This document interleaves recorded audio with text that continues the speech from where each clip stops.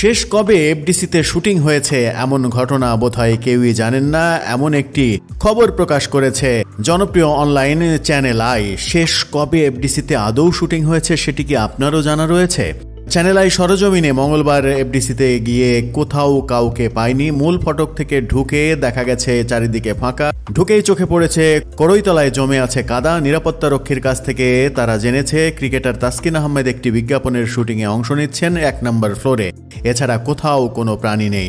আব্দুল হালিম নামেই নিরাপত্তা রক্ষী জানিয়েছেন শুধু তিনি কেন, শেষ কবে এফডিসিতে সিনেমার শুটিং হয়েছে এফডিসির কেউ জানেন না। আরও বলেছেন, আগে গেটে উদ্ভট মানুষ সামাল দিতে হিমশিম খেতে হতো, এখন আমরা অলস বসে থাকি। এফডিসিতে আগে এক্সট্রা শিল্পীরা এসে বসে থাকতো, এখন তারাও কেউ আসে না। বিগত 6 বছর ধরে এফডিসিতে শুটিংয়ের চেয়ে সমিতি নিয়ে চর্চা বেশি হয়েছে বলেও দাবি করেছে চ্যানেল আই। যদিও কেপিআইভুক্ত এলাকায় কোনো সংগঠন থাকার নিয়ম নেই, তবুও অবৈধভাবে বছরের পর বছর ধরে অবস্থান করে আসছে পরিচালক, প্রযোজক, শিল্পী সমিতির অফিসগুলো।